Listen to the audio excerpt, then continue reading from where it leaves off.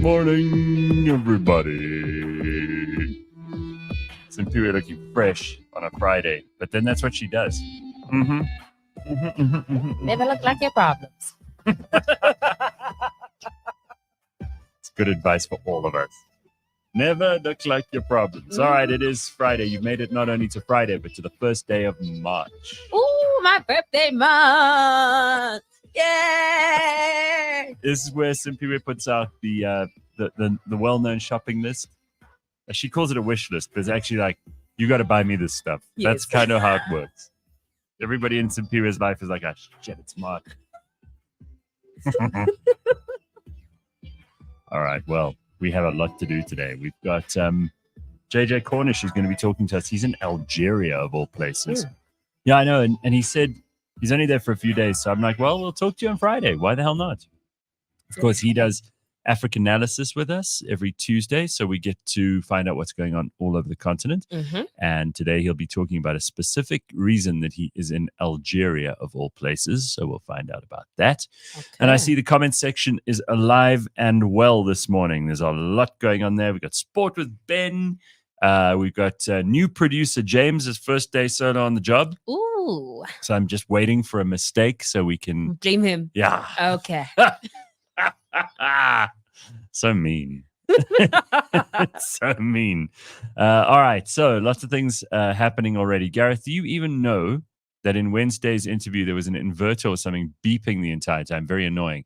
Now, I do. That was in the Brendan O'Neill interview. It was actually on his side, Carl. So, yeah, I know it was very frustrating, but he apologized and he said he's not even sure what's going on in his apartment. But it wasn't from our side at all. So you can go and listen to it and you'll hear it's definitely on his.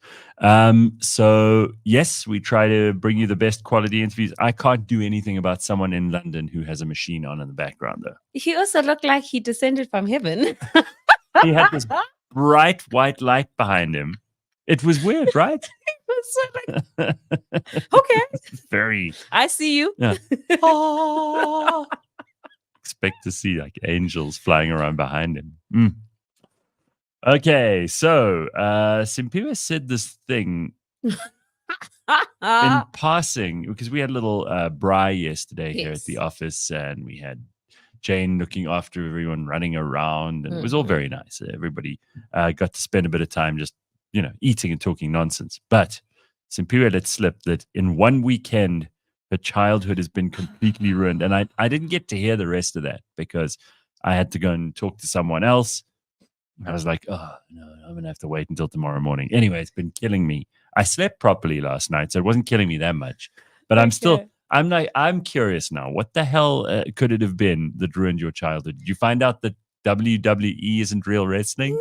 No. I found that out a long time ago. Did you find out that soap operas aren't real people's lives where cameras follow them around? This is much more personal.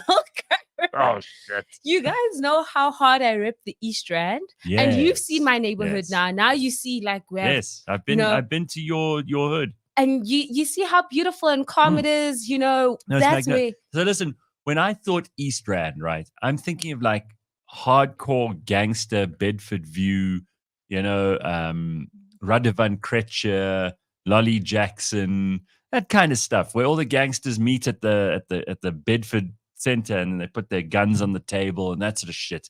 Yeah. So I didn't know. I go to Simphiwe's neighborhood. It's beautiful, leafy.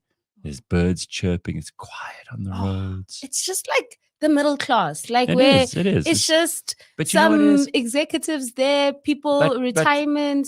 That's where I grew up. It's people trying to live their lives. Yes. They don't want any shit. They don't want any noise. They don't want any trouble. So this is why I was ripping the East Rand so hard, just to find out that we are not the exception to the rule.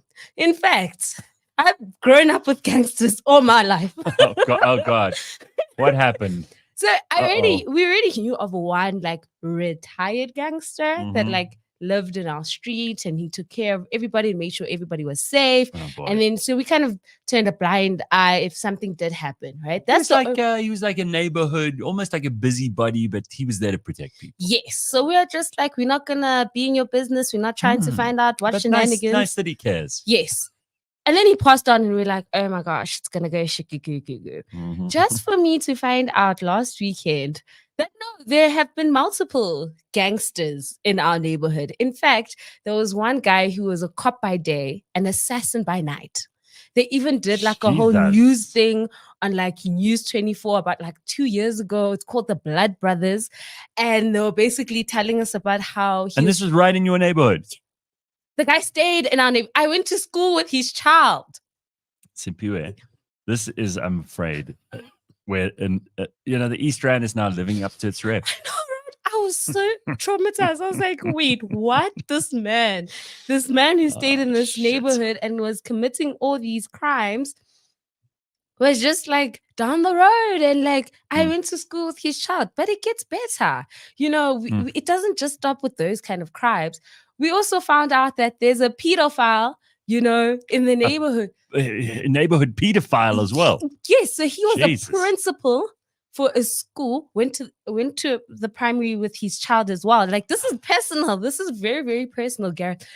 And yeah, like he got caught. There was a USB that they found, and he was basically busy with some of his students as the principal. I'm ready to move out now, guys. Well, I'm ready to just find another place. But you know what they say, right? They always say where things are quietest, that's where the devil is busy underground. He's busy making shit happen in the background. No, listen, that is upset. I mean, listen, gangsters, fine. I mean, we live in South Africa. They're bound to live somewhere. They have to be somewhere. They're probably in a house near you. Pedophile principal, that's horrible. That sucks. It's just, that's not good. Yeah, that's the East Rand for you. Hell, okay. So, Simphiwe's neighborhood's not as peaceful and calm as we all thought it was. It's not. There's darkness lurking. But I guarantee you it's everywhere. I mean, I've heard these stories about these very expensive golf estates where people live, right? Mm-hmm. In certain parts of Joburg, certain parts of Pretoria, the Cape, everywhere. That these guys, they will rent these huge big houses. Sure. And then what they do, because they're in the estate renting the house, they go around at night and rob the other houses. And because they're in the estate, everyone's always looking for like, who could have broken in? Meanwhile, they're sitting in plain sight. Yeah. Mm-hmm.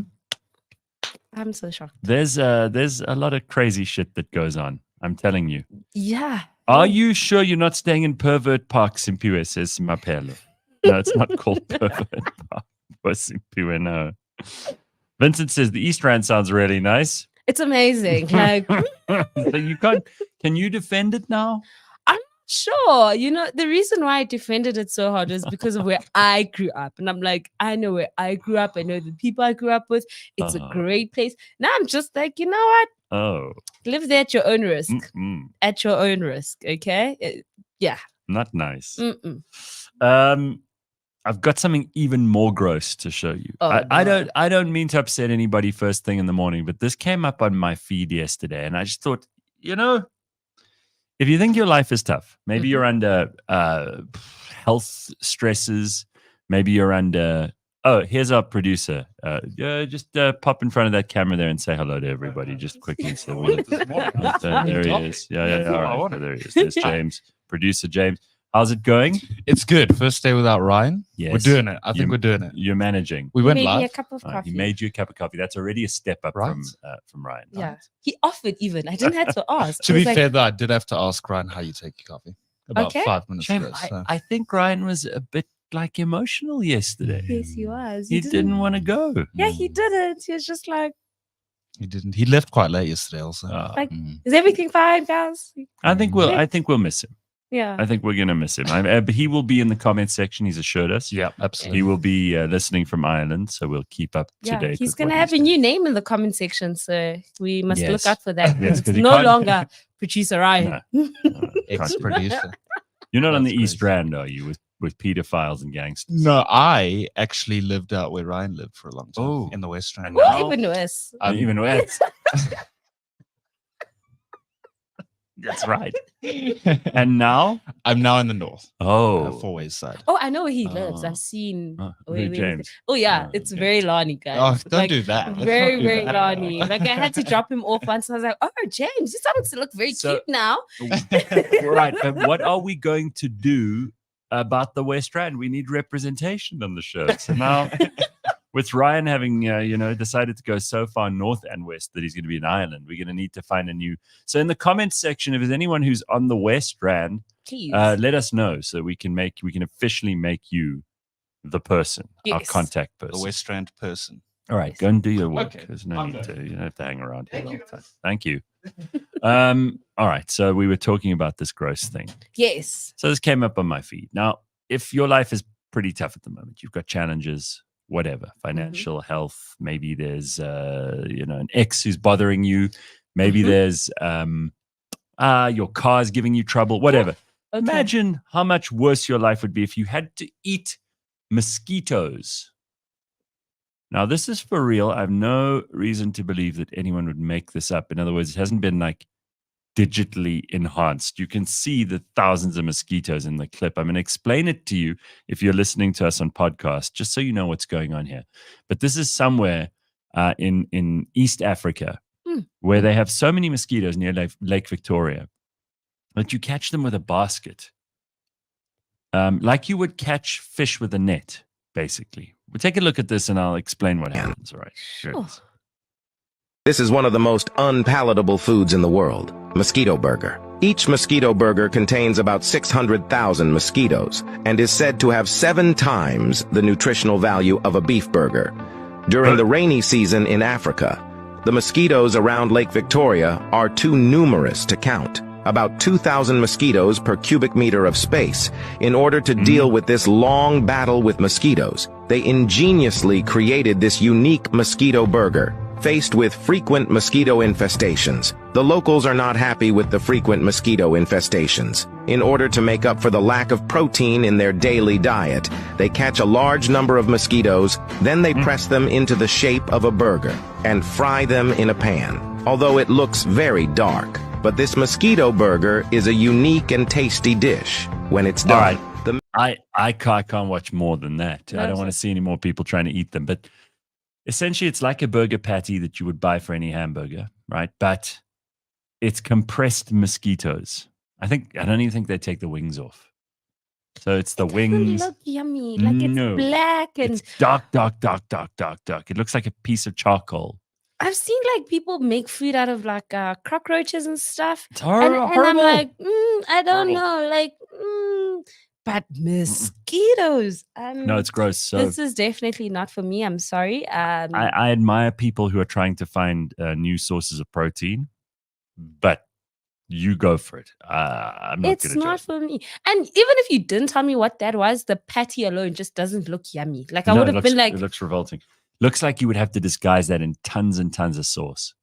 Like you would need the hottest hot sauce you could find. You'd need mayonnaise. You'd need tomato sauce. You'd need anything to disguise it because I can't somehow. And I know that they're going to be 1 or 2 nutcases in the comments who are going to say this. Oh, no, it's fine. Tastes good. Yeah, for you.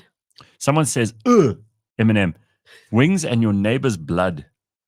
Because then what do you think the mosquitoes were eating before they flew into your net? Oh, right. So all of a sudden they just taste a bit too juicy now, hey? Yes. So that's not nice. But I thought I had to share that with us this morning. Okay. Ooh. Mapelo says, looks juicy. Well, you're welcome to it. What a way to ruin my breakfast. Thank you, Gareth, says Karabo. Sorry, Karabo. Sorry. Now, last week we had Gord on. Yes. I received some feedback. Yes. From Dudley on Gord, which I thought was interesting. Okay. So I do also have an update on his dilemma that he had with getting his book into exclusive because Dory helped him. Hey? Yes. Yeah. And it seems like I heard about that. He's gonna be on that list. Excellent. You see, we are very resourceful here. I didn't even know about this until yesterday, but Dory said to me, "Oh, she connected Gord up with some guy who's going to be able to help." The CEO. Yes. Wow, we don't mess around. Sure. Amazing. So this is an interesting observation. Now, Gord is a very strange person. if you've listened to him, you know what I mean. If you've watched him, you know even more what I mean. But this is Dudley who listens to us and watches the show live on YouTube, or he watches a recording. I'm not sure. But he was observing certain antics with Gord, which I thought these are fascinating observations because they tell you quite a lot about the histrionic personality of Gord Laws. G'day, G and the Gareth Cliff team and all the listeners and viewers. Just about to settle into some YouTube action on the second half of Friday's show and find myself trying to find the mark. And I got going, and all I saw in the second half was Gord Law's hands going and going and going and going and going and going. I'm assuming that goes with his mouth as well, but yeah, anyway. Just thought I'd share that with you guys. Bit of small things amusing my small mind, maybe. But anyway, I'm going to watch the podcast now. And, all right, well, see you guys later. All right, thank you, Dudley. So essentially he's saying that Gord Laws is basically his hands are all over the place the whole time. Yes, he's very expressive with his hands. Yes. He doesn't ever sit still. I thought that was interesting. It might indicate like he has a very nervous personality. That's what I'm thinking. We must get a psychologist to have a look at this. Maybe Dr. Hernan. Oh, yes. Take a look and try to figure out what the hell's going on there with that. But also Gord. people that read like body language and stuff where they can tell you that something's like you're talking from a confident place because you've kind of I don't think it's listen. And then if you talk like this, they can explain all the body movements and what that means. It's very yeah. So anyway, we'll pick it up with Gord. We'll do an on-air live evaluation of his behavior with a body language expert and find out if he's completely insane or if he's just excited. Yeah. Okay. And then Wannabe says, I'm a bit late, but I do stay in Devilsdorp on the West Rand. That's Krugersdorp, which is about as far west as you're allowed to go. And then it becomes, a part of the country. Have a good rep, though. It's like Northwest Province by then, right? I mean, after Krugersdorp, it's Northwest Province. Should be. So, yeah, Devilsdorp also terrible reputation. I mean, you have some cheek talking about other people's bad reputation in their neighborhood. Really? You have a cheek, especially after what we know from this morning. But all right, now, Wannabe, we are thereby declaring you West Rand, Wannabe. You are the Wannabe from the West Rand. You are now in charge of representing the West Rand, okay? We've got Simphiwe from the East. We've got James in the North. We've got you in the West. And we got Leanne Mole in the South. Yes. So everyone's covered. That's everyone. Yeah. Okay. Leanne came to our braai yesterday too. Yeah. And she was almost tempted to like have a Savannah. Oh, and she didn't? Nah. Okay. Love it for her. She said, oh no, I have to go to work after this. But you could see she was keen. She was very, very keen. All right. Slippery Pickle pointing out that with Gord with the hand gestures, there's a deaf guy I know. He also talks like that, but he has to, right? I mean, I think that's probably... How does he communicate without his hands? Exactly. All right. And that firework background, did you see how we did this? Maybe you can explain this to me. So if I go like this, watch what happens. It makes a little thumbs up. Yes. Okay, so if I go like this, yay! Then it should make like fireworks or something. No. Did it? Yes, it did it yesterday. I'm telling you, Pumi and I did this. Yay! It did it. I promise you. It suddenly happened. It did, Simphiwe. I'm not making it. I'm not crazy. Okay. I'm not insane. Okay. I believe you, Gareth. Oh boy. All right. Oh my God. I believe you. I totally believe you. It's just not happening now. And there are like balloons and like I don't know how to activate this stuff, but it happens. All right. So if somebody can help us with that, then hold both arms above your head. And then what? Freeze. You think I'm now it's the same guy Dudley's going to take these clips of me and and he's say, going to be like, look at Gareth. Look at I'm saying this guy. I don't ever do this. It's just I'm trying to activate this dumb thing. Anyway. All right. Oh my God. And you can do thumbs down as well. So if I'm not happy with something. Oh, yeah, wait. it's raining. You see. Now you see what I mean. Okay, I believe you now. Then, Dumbass, I needed that. I needed to see it. You thought I was crazy. Yes, I know the thumbs up one. So the other gestures of you hands to the okay.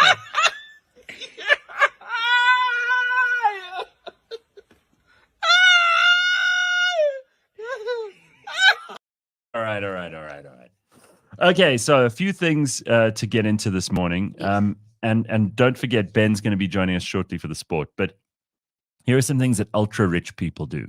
Okay. If money was no object, what would you do to entertain yourself? Well, Bill Gates and Mark Zuckerberg are among the CEOs and celebrities that are set to attend a 3-day pre-wedding party being thrown by an Indian tycoon worth $113 billion.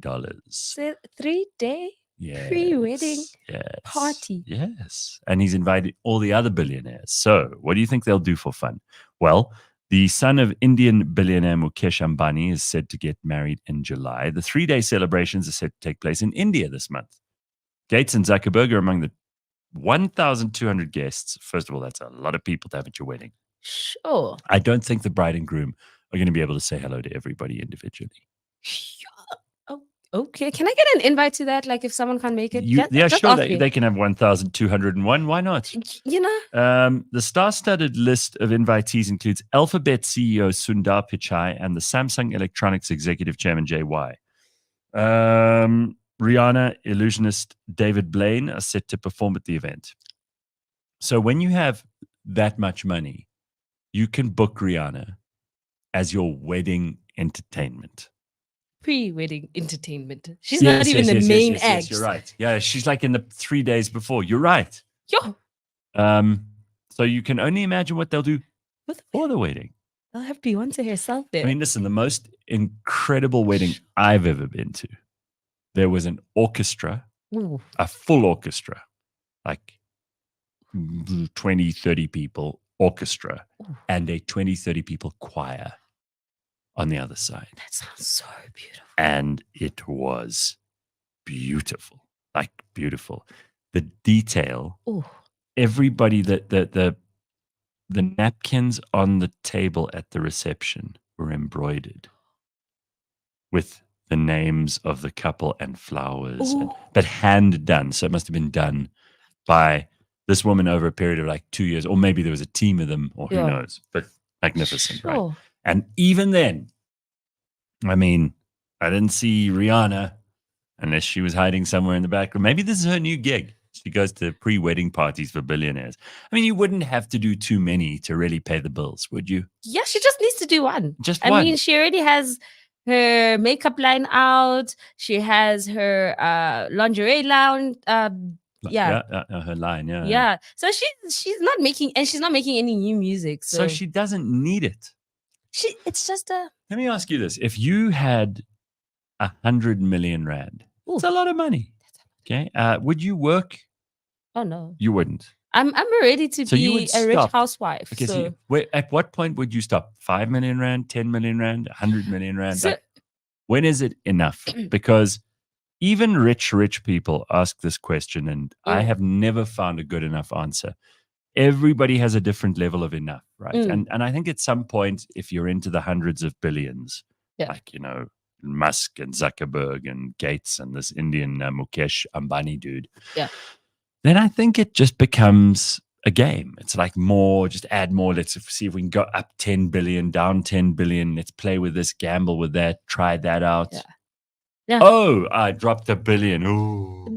That's like, I mean, it's like 10 rand for them. Meanwhile, their country's sinking into like debt and recession. But sure, if you're in that league, it's just insane. But I'm saying, how much do you think would be enough? Like, what would you be able to do that would give you a green light in your head that would say, all right, you know what?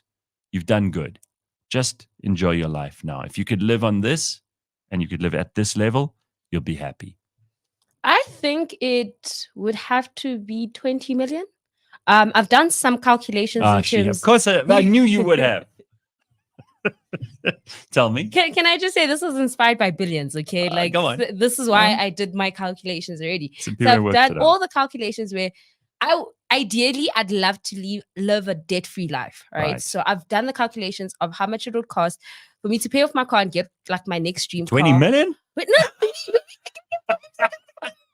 wait, this is me How much debt do you have? No, wait, this is me to just retire and whatnot, Okay, right? So this is like getting rid of the car, paying off the car. Mm-hmm. At home, the house is fully paid, but I'd love to renovate 1 or 2 rooms, so do that comfortably. Sure. And then just also just pay 1 or 2 things off and just be like, okay, this is now paid for the next few years.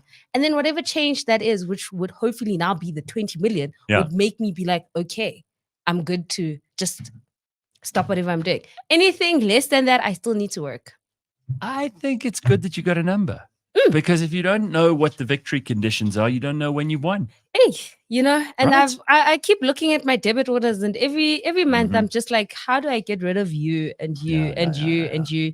So those are my calculations that I've made. It would be 20 million for me to say, guys, I'm out. You're never gonna see me again. I'm living my best life in Mauritius, and I'm working a day in my life. 20 mil. 20 million is Simphiwe's like, that's where she knows she's made it. Yeah. That's like enough. Yes. And the word enough is difficult for some people to define. Hey. But you've actually put a number to it. She's done her calculations. Yes. Ben, how much you reckon would be enough? 35. 35. Yeah. You've got a more expensive lifestyle than the Simphiwe here. No, I mean, if I'm given the chance, aim high and they get knocked down. No, good. But again, victory conditions, right? So if you don't know what you want, you won't know when you've got there. It's also something to work for, something to work towards. Mm-hmm. I think it's 35 because where are the headphones here? You don't need them. I do. Look, you guys are wearing headphones. I feel like I'm not part of the team You now. don't need them. It's only us. There's no online person coming on to. I keep telling you, I want to get in the zone here. You can see the comment section. You're good. I can't. Anyway, carry on. Yeah, I think it's 35. Like, I want to build a nice home base and I want to travel. That stuff's expensive. No. If I was more homebound, Because you don't want to travel cheap. it's not that I don't want to travel cheap. It's that I want options. I don't have to do the same kinds of travel. I want to do just being in Vic Falls last weekend made me realize that. You look around and we met this American couple. And they were, I don't know, mid-60s, starting to travel. They're kind of like easing into that retirement kind of thing. And their stories were so cool. And I wasn't jealous at all. But I also wanted stories like that, effortless. But Ben, it's also like because they're 60 and they've lived a lot longer. No, of course. But if you had the 35 million is a lot of money. It is a lot of money, Yeah, but it's it's a lot of also, work. is it a lot of money in 5 years' time? So here's a calculation that will be interesting to both of you. If you make 500,000 Rand a year for your working career, Do I do that? if you're making 500,000 a year for your working career, you're already making 20 million over your life. And according to most people, then that would not be enough to live well and call it quits. No, but that's the thing, because lives are so long and we're constantly spending money. See, I would work it backwards. I would say, how much do you need to live off the interest if you don't touch the capital amount? Yeah, I mean, that would be a deal. I reckon Simphiwe is pretty much on the money. If you were able to invest 20 million Rand right now, and I mean, this is all pie in the sky, right? I know everybody's listening to this now, and we're even thinking about like, this is not going to happen anytime soon because it's a shit ton of money. But if you could, fantasy for a minute, you put that away, I think that you could probably live on the couple of, you'd probably get like 80 grand a month after, just the interest and How much and does Cyril tax and all take? the rest of it. No, so he's going to take his bit. But like if you could Always takes that if you guy. lived on like 80 with no dets, You see, that's the trick. that's a lot of people forget is that's a get lot rid of of money. debt. That's a hell of a lot more than most people have in a month, and that's with the debit orders and the Yes. Yeah. bond sure. and all the other stuff. So I think it's an interesting thing to do. So do your own calculation today. Let's try and figure it out. Yeah. Mapelo says 20 million Simphiwe. The next episode of I Blew It features Simphiwe. Not even. I've done all the calculations. I've sat down and watched all these shows, and I can tell you what people do wrong. And even if I was on I Blew It, She studied them. I've studied them. And I'll tell you the one thing that always works is get rid of debt. What people tend to do is like I'm living my current life and then I win the lotto and I have like 500 million in my bank account, but they never pay off the small things. And they just party in 5 years' time when the money is done. You're in a bigger hole because your lifestyle has also increased. And there's another aspect to this that you left out is the entourage. Yes. The entourage is the big disaster area because they're always parasites. Yes. And when they find out you've got some money, now finished. there's someone who needs a knee surgery and there's someone who has cancer that you need to pay for their treatment. Suddenly all their problems become yours. If you didn't have money, never be your problem. Yeah. So that's also the trick.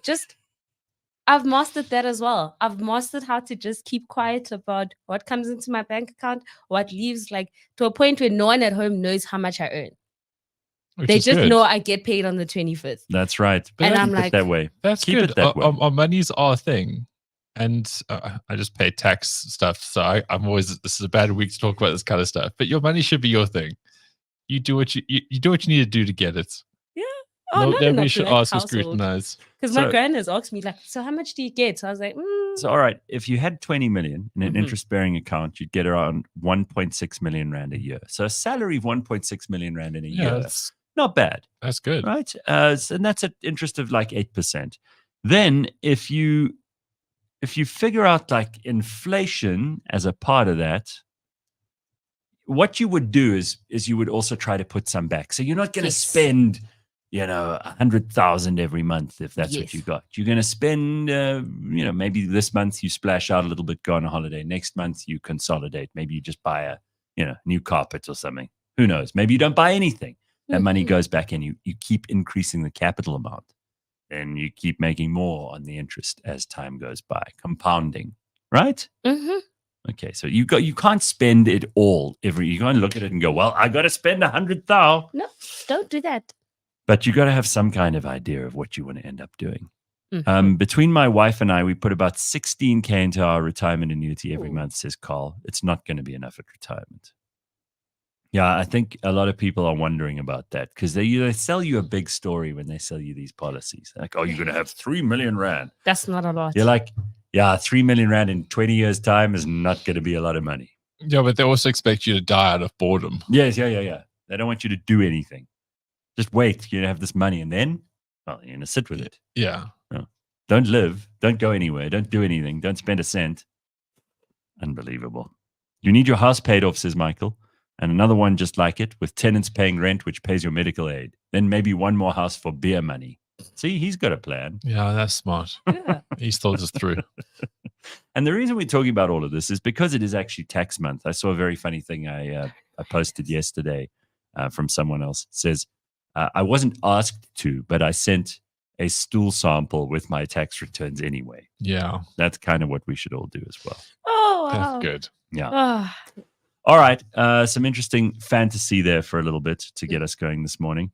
There is also lots of sport that we have to talk about. So let's get straight into that. Let's find out from Ben what to look forward to this week. By the way, I saw a very rude and sarcastic comment from someone just now. They said, Ben, why don't you just repeat the sport from last week? Because it's more or less the same. No, I guess. I mean, I'll be straight up front. I definitely fucked that one up last week. Yes. We all make mistakes from time to time. And the rugby last week, I apologize. It was only the rugby. It was just the rugby. And you were again, impressively working without notes while you were walking around a resort. Yeah, but Very look, nice. I mean, I'm here to be the best. That's what we all should be in sport, right? Yes. Sure. So here is Beyond the Scoreboard with Ben Karpinski. It's powered by Super Bets. What do we got?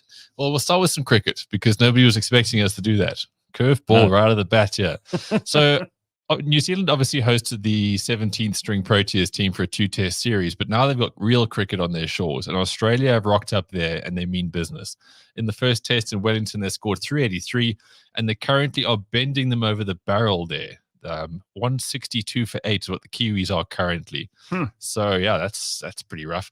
Now the reason they play this, obviously, and there's like these little test series going on, is that there's a World Test Championship, but it's the stupidest thing in the world because the top teams who have all the money, they play all the games, and like Bangladesh play 2 or 3. So it's stupid because when you have a championship of anything, everyone should play the same amount of games. No, Australia, they'll play about 14 games by the time Bangladesh, West Indies, others will play about 4 or 5.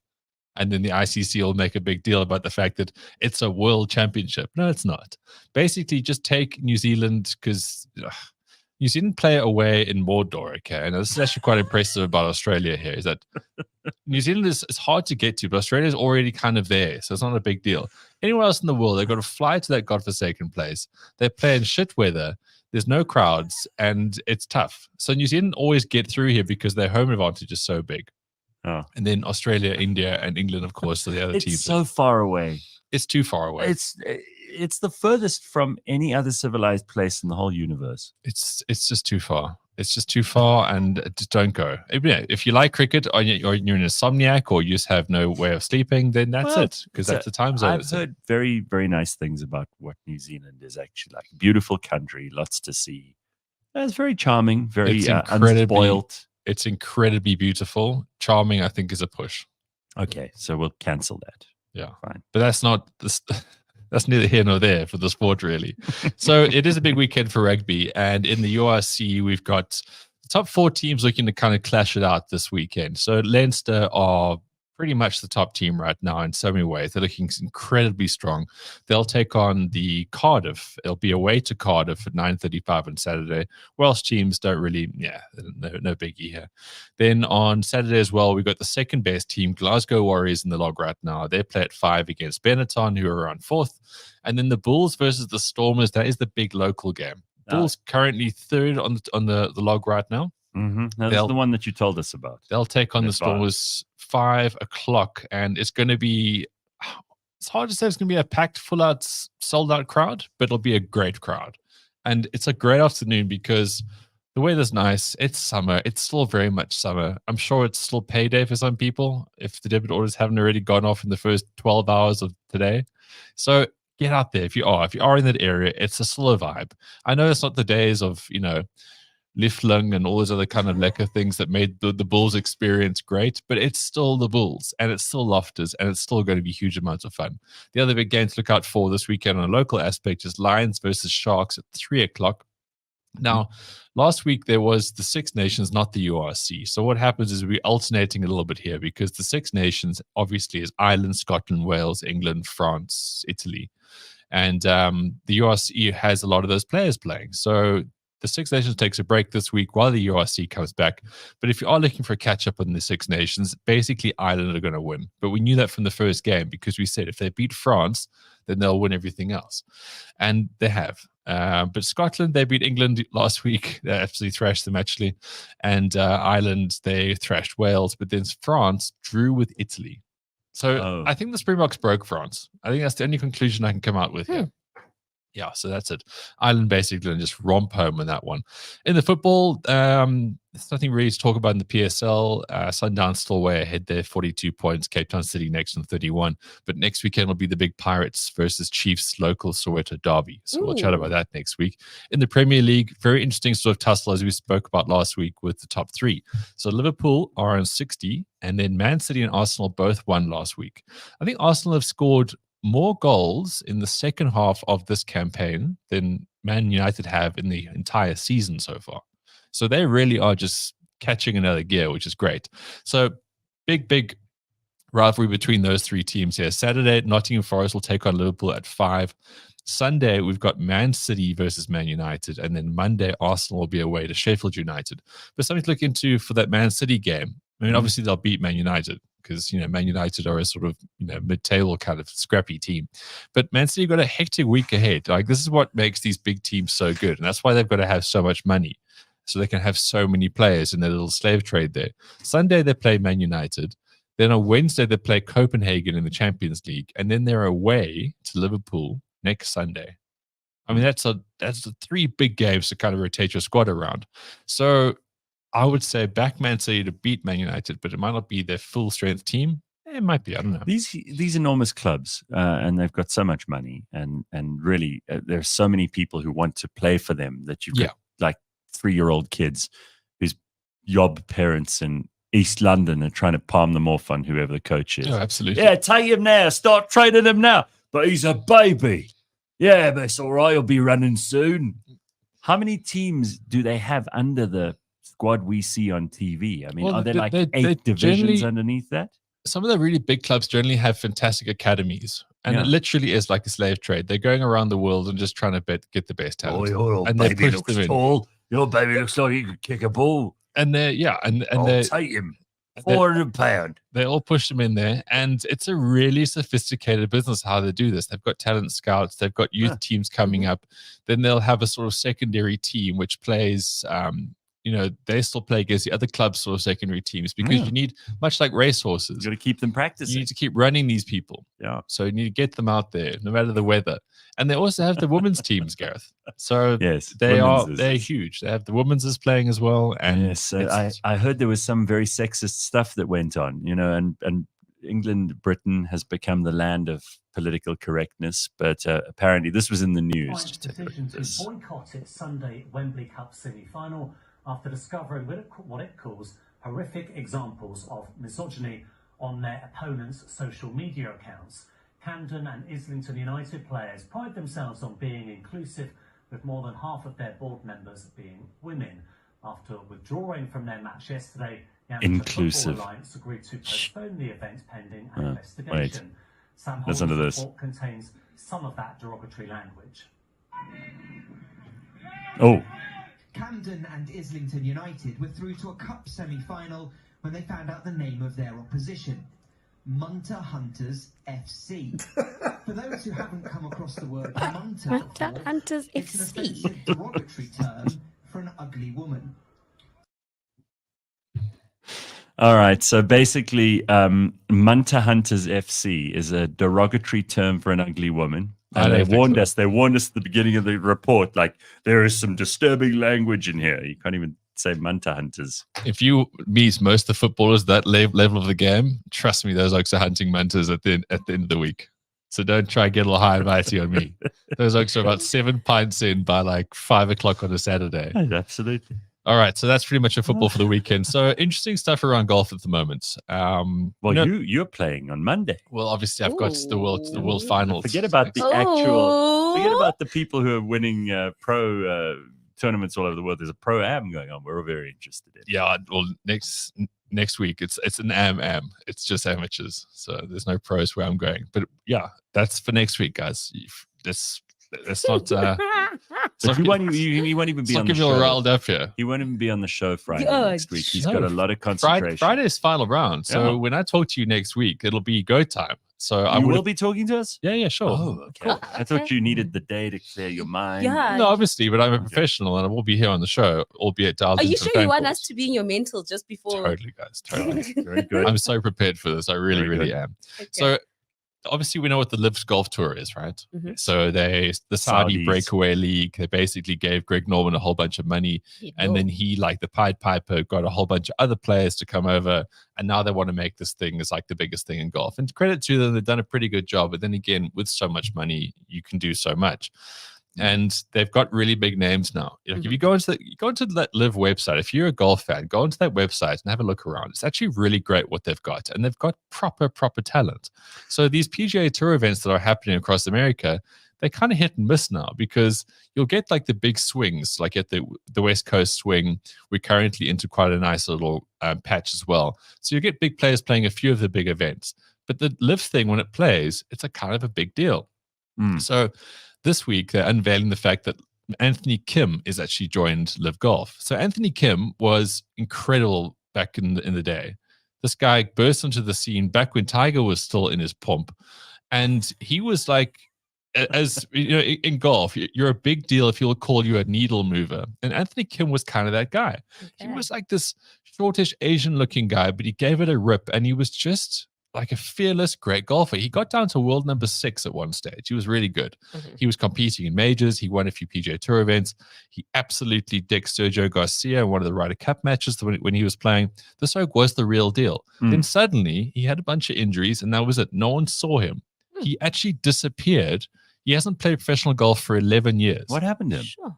So there's so many little theories Abducted by aliens? and stories around this. Now, I'm not sure if he's being probed, But so this is like a sort of pre-seed kind of version around this thing. He had like a really bad wrist injury, and people were saying that he had an insurance policy that if he couldn't play for a certain amount of time, he'll get paid out a massive lump sum. But this guy is the 6th best golfer in the world, so if he could play, he's going to make big cash anyway. But he didn't. He just disappeared. No one saw him. He became like this enigma, this like man in the shadows. That is weird. That used to happen with our footballers, but usually it's because they got drunk and disappeared to Mpumalanga for like a month. That is very weird. Exactly. They got kidnapped and all that, you know, angry spousal things. Yes. But Anthony Kim just kind of disappeared. So now, out of the blue, he's just come back. He's on the Live tour, okay? So Live make this whole big announcement that he's coming back, and they make this massive promo video, and this like Escalade kind of rolls into this hotel. And this is where golf has a bit of a problem, right? Because it's all about like excellence and all these kind of things. Anthony Kim gets out of this car. He looks like a dropped mess. He's got this like ratty hairstyle. He looks like he's been sitting in the dark for 11 years playing video games and smoking dope, which is probably maybe what he's been doing. But he's like out of shape. He looks like shit. He's got this shirt on that says girl dad because that's now his thing. He's a dad. Oh, wow. Like that's not interesting in the slightest. No. And they make all this hype around this guy coming back. It's like, I wish him all the best. I really do. But it's just such a non-story.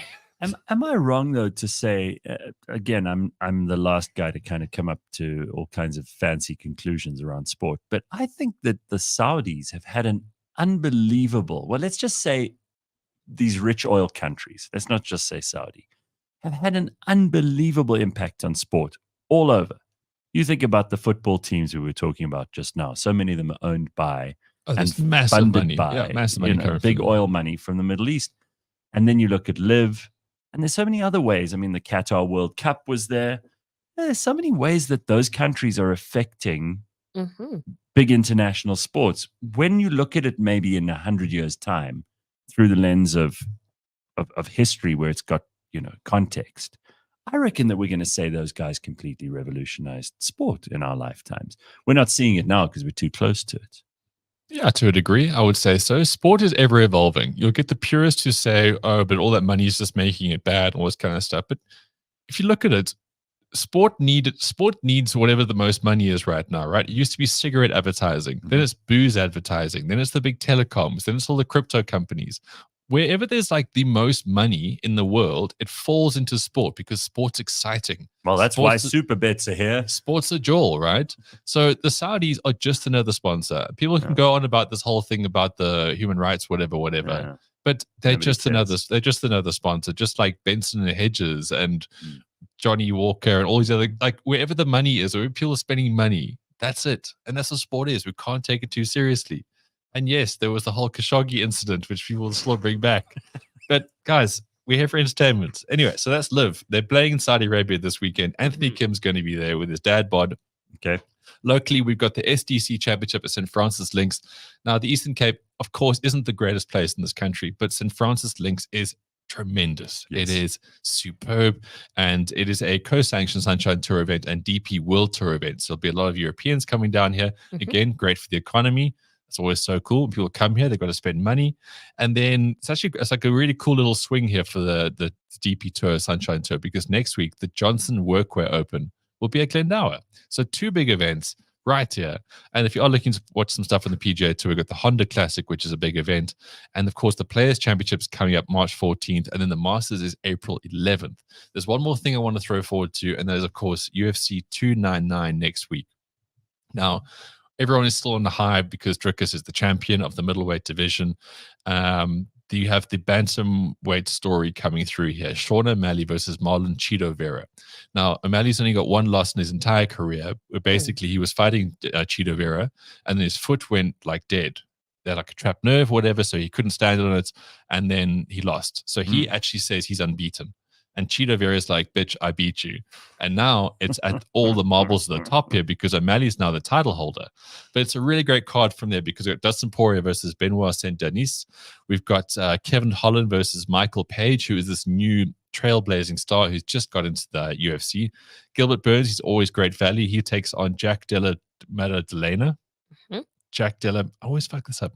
Jack Della Maddalena. Okay. He's an Australian. I'll take it. And he's an incredible striker. And then we've got Peter Yang versus Song Yadong. So what? Song Yadong. Yeah. Okay. So there is, we are getting to that really exciting time where like the big things of the first time of the year are happening.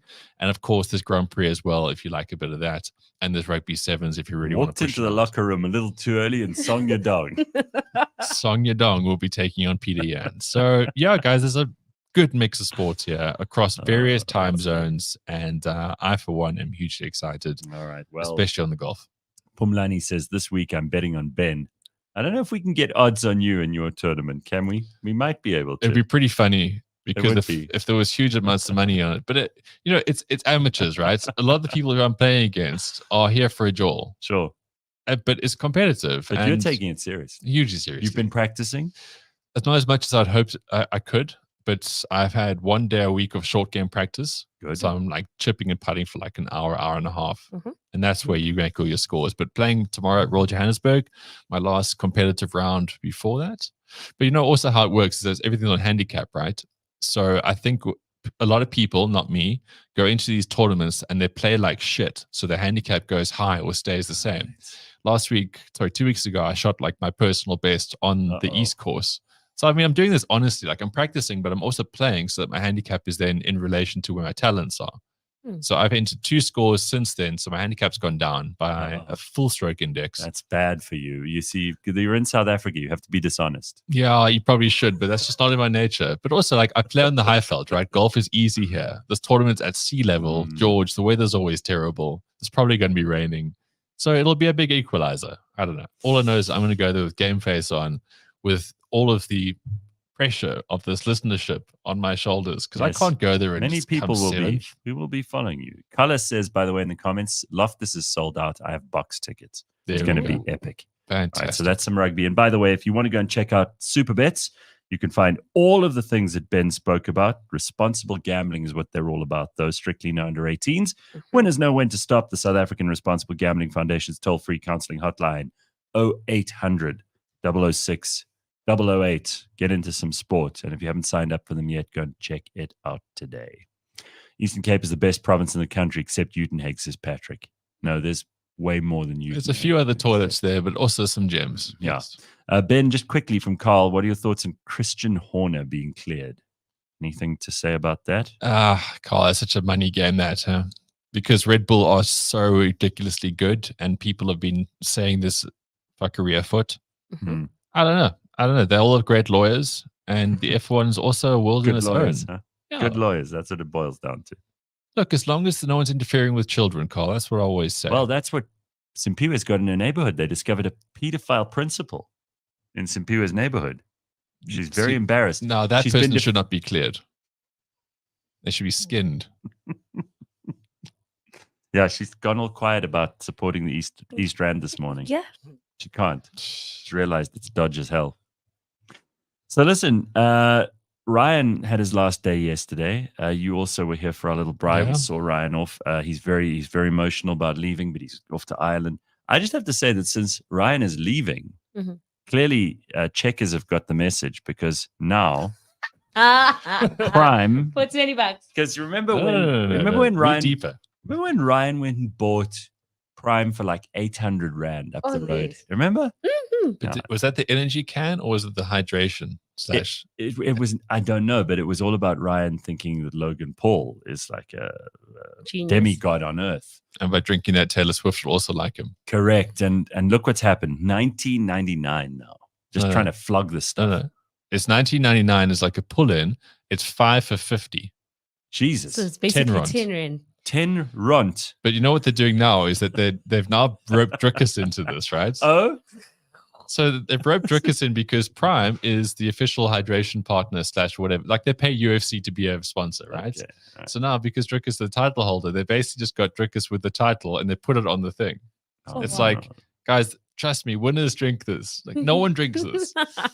I just got to ask, like, at what price would you buy a Prime? Like normal people here. Ryan, don't message. What would you say? What would you be willing The fact that I've actually tasted it and it's horrible. It is. You were one of the first to say that. It is horrible. There was like, I was just like, if this thing tasted good, then I wouldn't mind what the price is, but it's horrible. So But zero. they're like a couple of flavors. You hate them all? All of them.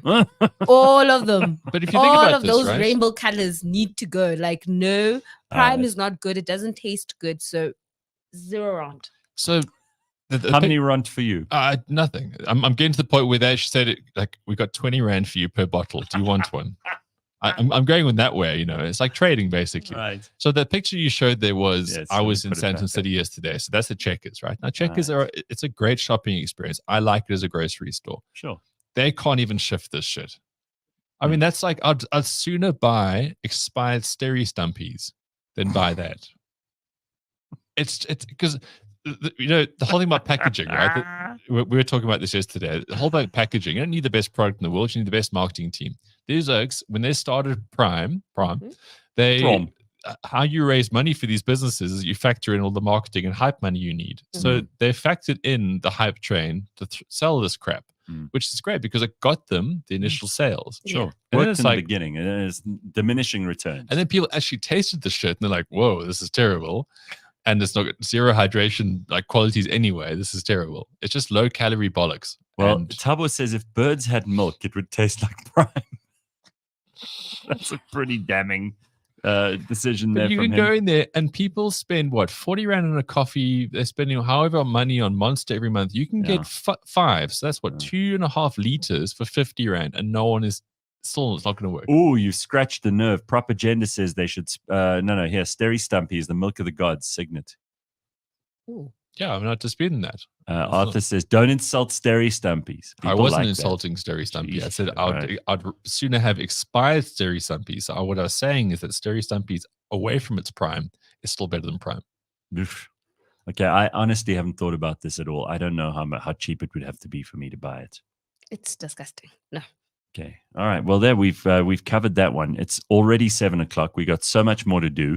Stick around. In the next hour, we will talk about a bunch of things that I think you might be interested in. The dopamine culture graph. Oh yes. Are you in dopamine culture? Is that how you live your life? We all are. Are we? Autopiloting. I'd like to think I'm like the exception to the rules. We'll see. We'll see. We'll go through the list. We'll figure it out. Also, gossiping may not be all bad. Simphiwe says she's got some research. You know, Simphiwe's research. She gets straight off like some dodgy internet site. Cannot wait for that. Where like a bunch of real weirdos have been inputting information for 6 days. If you go to the sites where Simphiwe gets her researches from, there's about 17 pop-up windows for like ads. You know those really dodgy websites? And the pop-up windows. You can't even see the stuff because the pop-ups is like one giant dong here. There's a woman here naked and herbal remedies.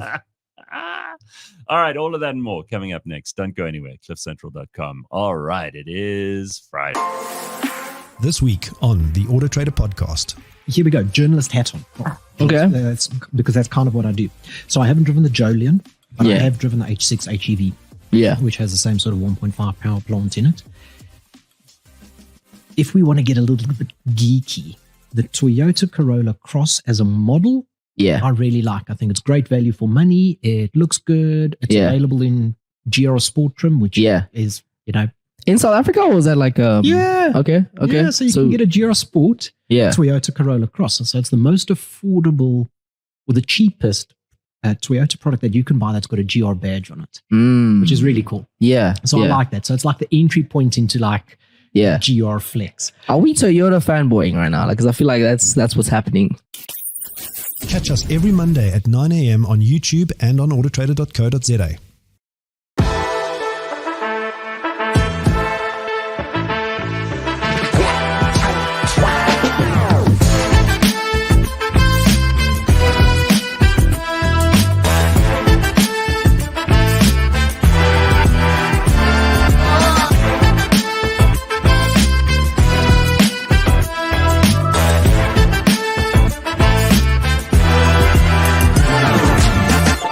We've had enough of this nonsense.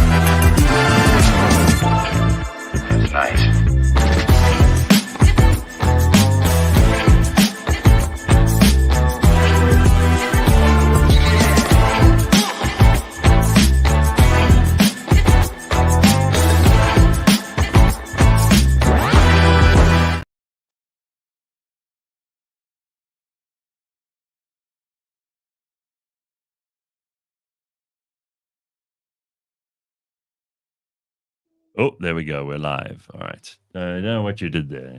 This is your first destructive thing that you've done on the show, James. You're out. So sorry. On your ass. Warning number 1. The audience is not impressed with you. What? All right. Go get out of here. Fix your mistake. Yes, sir. How dare you ruin our good show. He's not wearing sports paraphernalia. I know, and Ryan always wore the sports paraphernalia. Always. Even completely contrasting brands and colors. But anyway, we'll still hear from Ryan in the comment section. Don't you worry.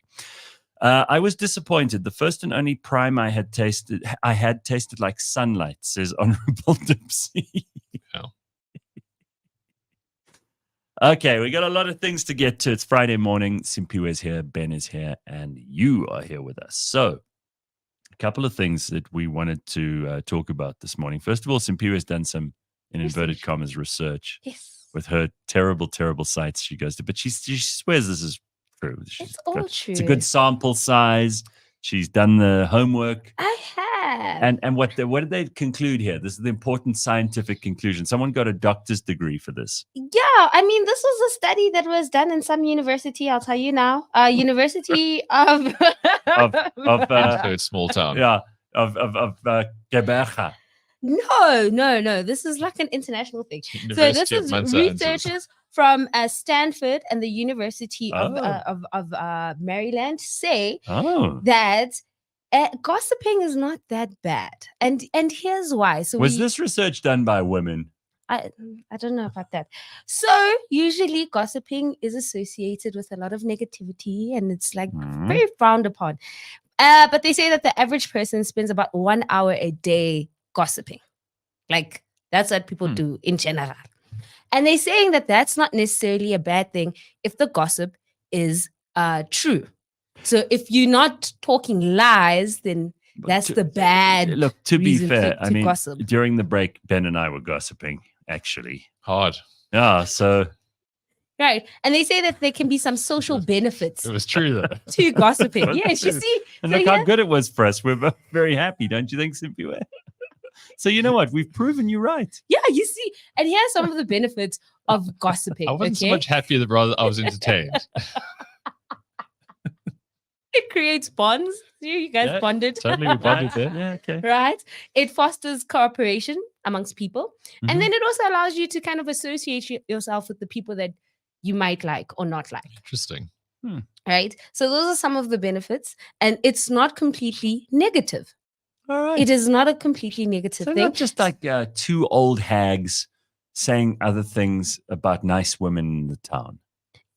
Yeah. But the reason why people also gossip is because it helps validate emotions. So if someone's feeling some type of way of a situation, they can offload that with somebody, and then their feelings can be validated when that other person is listening, and then it just allows people to draw closer to each other. Huh. So that's what I found. Gossiping might not be all that bad. I got some gossip. Okay. Ex-producer Ryan's in the comments. Oh, really? As ex-producer Ryan in morning. So there he is. Interesting. Okay, I've got a fundamental question with this. Yes. When did gossip become gossip and it wasn't just conversation? Because the word gossip just sounds like it sounds rough. Up to no good. If you're gossiping, who was the first person to gossip? I don't know. Even the snake about Adam? Yeah. Was that it? Yeah, it could have been. Because that conversation was completely private, and there wasn't trying to have that conversation with Adam. Because I mean, with Eve. Eve was like, "Oh, he's so irritating." Okay, who was the person who's this conversation connoisseur to go? This is conversation, but you are gossiping, madam. Some judgmental asshole. Yeah, someone who said this is no longer relevant, useful information. This is just plain gossip. Yeah, but you see, gossip is, as Simphiwe's research shows, and the case she's pleading makes a lot of sense. Gossip can be useful information. It does allow you, and I know I made a cheap dig at women here, but the reality is, like, gossip is a great way to figure out what kind of a person you're dealing with and what kind of people other people are. Yep. Because if you hear a lot of gossip about someone, it's either because they're really important, famous, interesting, or dodgy and scary, and you need to stay away.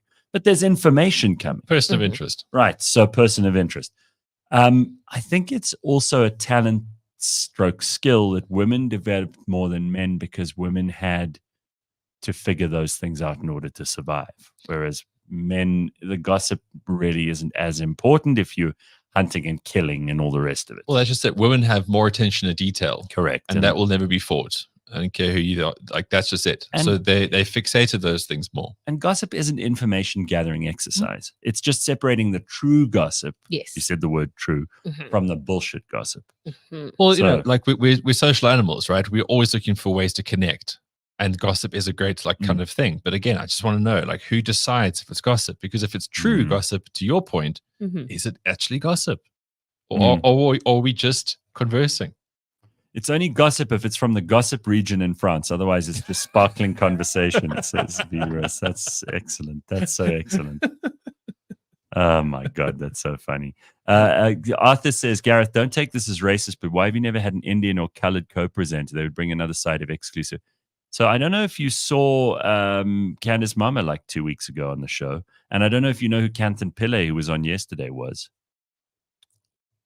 I think they're going for you need to employ someone full time. Don't know if that's true. Yeah, well, if Arthur's the kind of guy who's keeping tabs on demographics, well, then come and work in the reporting division here. Might be useful. There's going to be someone who cares about those numbers, but I don't. Interesting people must come. By the way, this is interesting. Talk about interesting. Here's a colored guy we need to talk about is Roger Jardine, who's apparently quit the political race for this year, even though we don't talk politics on a Friday. We had him on 3 weeks ago. Pretty poor showing. Okay. Talked about him a little bit. He's gone. He had lots of money behind him. Did something else come up? No, I think he's taking a gap year. I think he just realized he's like out of his depth. He's a nice guy. He's not a horrible person. But just in politics, he would be eaten alive. You know, he's one of those corporate types who... the boardroom is very different to the political arena. Yeah. That's all I'll say. So I wish him well. Sure. I don't think that... I applaud any South African. Doesn't matter where you come from, how much money you have, what you do. If you're prepared to stand and make a difference, which he was going to do, I applaud you. Just know that you're entering the filthiest arena of them all. You talk about sport. The real blood sport in the world is politics. For sure. High stakes. Lots of money. Ben, you are confusing rumors and gossip, says Carl. See, I don't know the difference. Yeah. But aren't rumors started by gossip? Yes. You basically by gossiping. Rumors give you gossip. Yes, good point. So, I'm going to see Jimmy Carr, the comedian, this weekend. Oh, very good. Yeah, he's very funny. I've seen him on YouTube a couple of times. And do you have to go to Carnival City or No. It's at that one in Pretoria. Oh, that's okay. Yeah, no, that's not inconvenient at all. Only time I saw Jimmy Carr was in Witbank. Really? We had to go out to the big top. You went to Witbank? Yeah, it was worth it. Wow. He went to Witbank? Sure. More surprisingly. Jesus, you can't drink the water there. Yeah. Well, that wasn't one of my reasons for going, but thanks for Well, what did you drink? Prime. My God. The water's so bad you got to drink Prime. No wonder you have those back problems you're always going on about, rabbiting on about your back problems. It was because you drank the water in Witbank. Yes, that's a terrible place. Roger had the charisma of a used car. That's very mean. Ex-producer Ryan even climbing in. You see, now that he's not the producer, he says, I don't think anyone will miss Roger Jardine. Meanwhile, Ryan was like, can I have a photo with you? Iron Megan says, when someone says he's a very good guy, once you get to know him, that actually means he's an asshole, but you'll get used to it. No, I don't think that's always true. I think there are very nice people, but they're not necessarily the kind of people you want in a fight. But people must also stop thinking that being nice doesn't mean that you don't know how to stand up for yourself.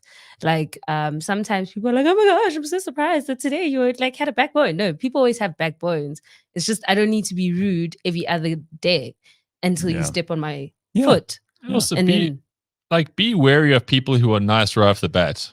What are their reasons to being nice to you? Wait, what does that mean, Ben? I'm nice to you all the time. Yeah, but you're you. Like, that's your personality. You're a nice person. But I think if someone is so incredibly nice to you that they know nothing about you, that could also raise some suspicions.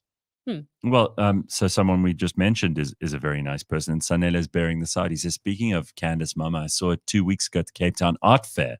She is as real and kind as she is on Cliff Central. Absolutely. See? There we go. Now there's a nice person. You are a nice person, Simphiwe. Yes. I've never seen Simphiwe. The only time she's been mean is when people fall. When people trip on the step or whatever else, then she can't help laughing. Like even now. But otherwise, and I don't think that's mean. I just think that that's entertaining. Always. People who fall and slip. I slipped. That kind of thing. It's the most humbling of things. Remember when Mugabe fell on that really big day? Yes, and there was memes for weeks. I'm actually going to look at that after the show. Those are some of the funniest things I ever saw on the internet. That was funny. All right, so listen, dopamine culture. Ben says we're all in it, whether we like it or not.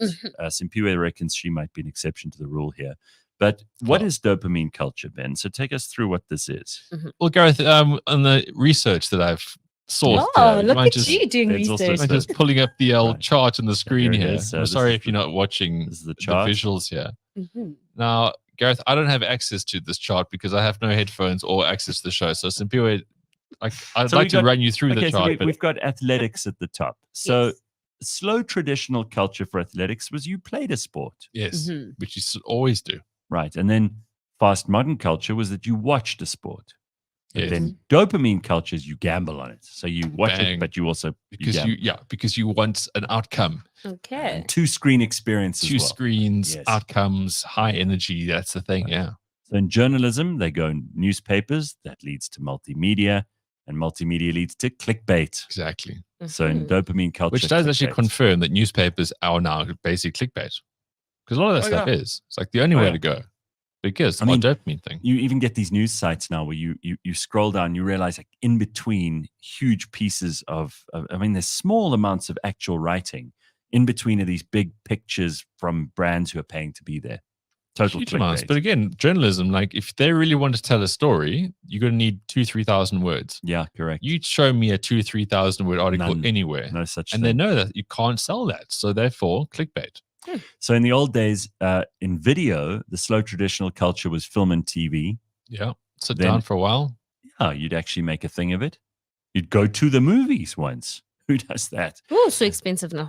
Fast modern culture is video, which is online. And then dopamine culture is like reels of short videos. I'll take it one step further, is that dopamine culture, I know I'm in this game, is that you get content creators, and that's why you have all these reels and short things, because there's also a huge dopamine hit about creating content like that. Right. Whereas in the past, you would have a much higher barrier to entry to make documentaries or feature films or whatever it is. Now you can make a short minute something. Get ready with me. And you'd need a camera crew, and you'd need lighting, and you'd need a script, and you'd need a bunch of people filming animals for 3/4 of the year before you could put enough footage together and get David Attenborough to B-rolls, all those kind of things. Of now you need a smartphone and a half understanding of lighting.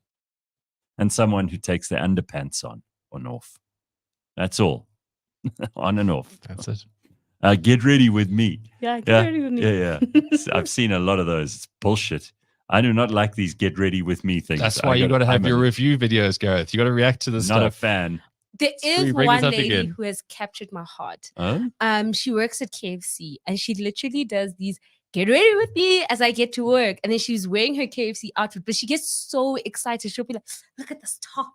And it's just written KFC. I have such admiration for people who make the little things fantastic. She's just so happy. And it's like, when I see her videos, I'm just like, can someone pay her money? Can they double her check? Because she's just so excited to like get to the office. That's very special. If I was a KFC person, I'd plant people like that for making those things happen. Definitely. And I would give her extra money. Yeah. Sure. For doing that. Even sign an NDA. Look, you're going to get 10 grand a month if you can just be the happy KFC person.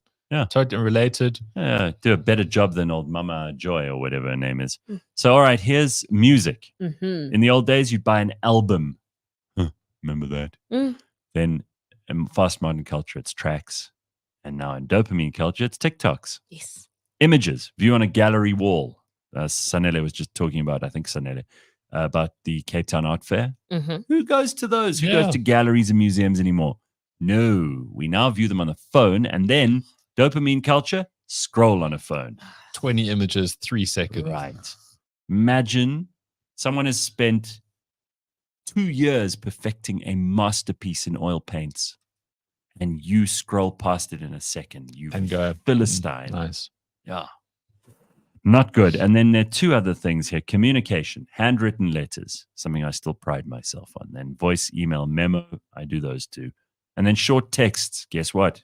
I do those as well. So the dopamine culture is short texts.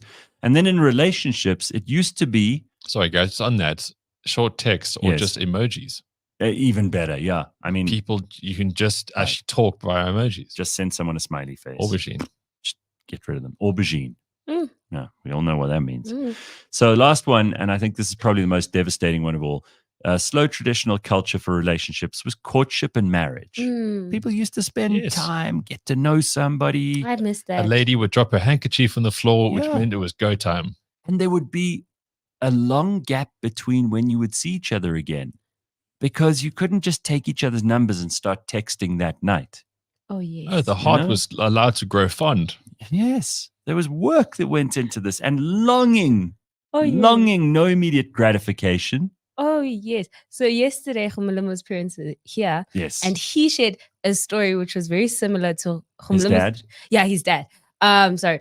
Khumulamo shared how he went to Cape Town on a bus. I remember that. Remember those days? For that and then girlfriend. his dad's like, oh, no, he actually got that from me because when he was still dating his wife, and the first time he went to visit her, he didn't have a car.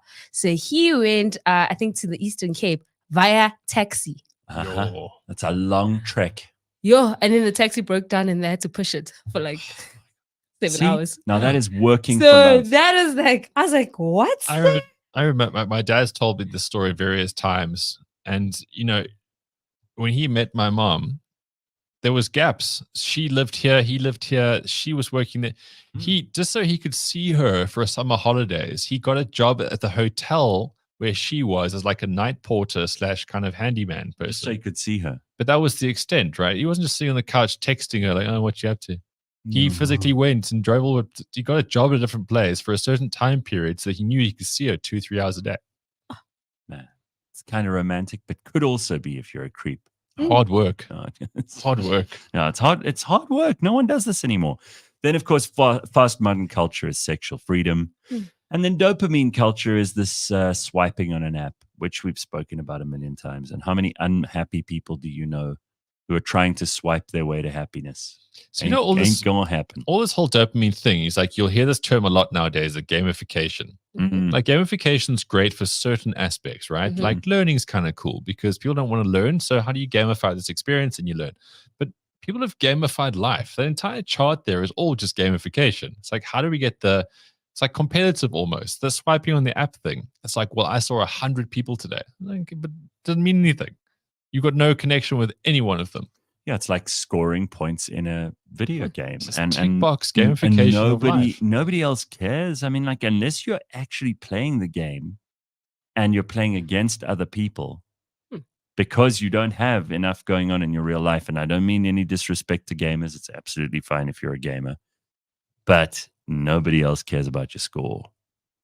No one cares that you killed all the demons in Diablo. You're just creating demons in the real world if you choose to actually be there. What an excellent metaphor, Ben.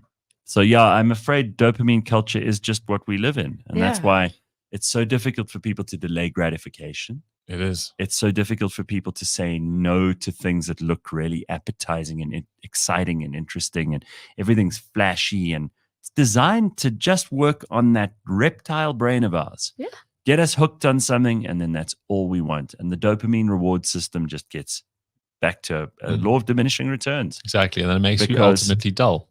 Yeah, I mean, this is very depressing to think about. And that it actually is a reason depression is manifest in society, is because the reward center is being stimulated so much that ultimately you get hooked on a certain level of dopamine. And to get it anywhere above that, impossible. Sure. So life just feels boring for you. And then you get bored and you get into a depression. Before you know it, you're an unhappy person with very little going on, all because this stuff's happening to you and you might not even be aware of it. That graph is scary. Sure.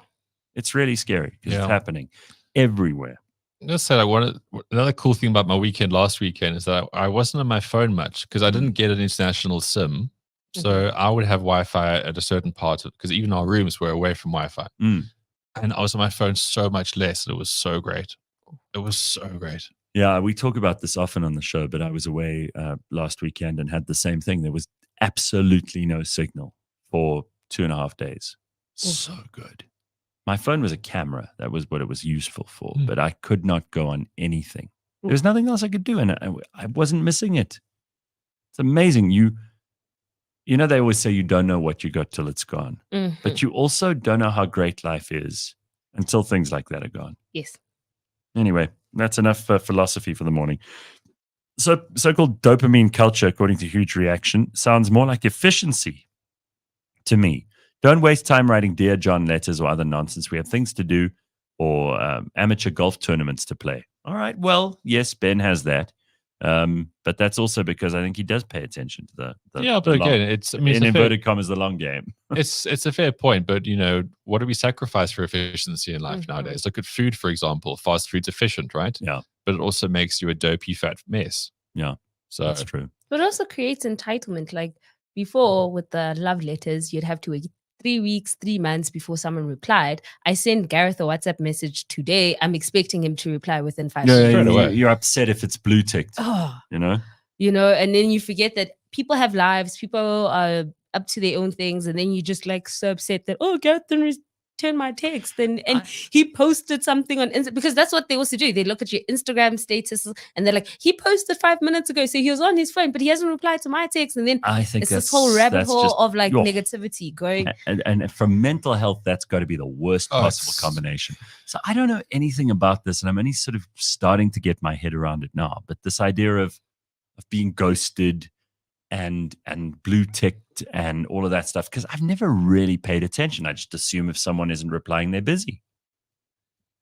Which is how you should approach life. But it's stupid me, because actually they might really fucking hate me. But that's also fine. I've got a very thick skin around this because of my age. Sure. But at the same time, like I used to get upset when something didn't work out in my outcome. Now it's like, I'm going to do my life. Whatever sticks to it, sticks to it.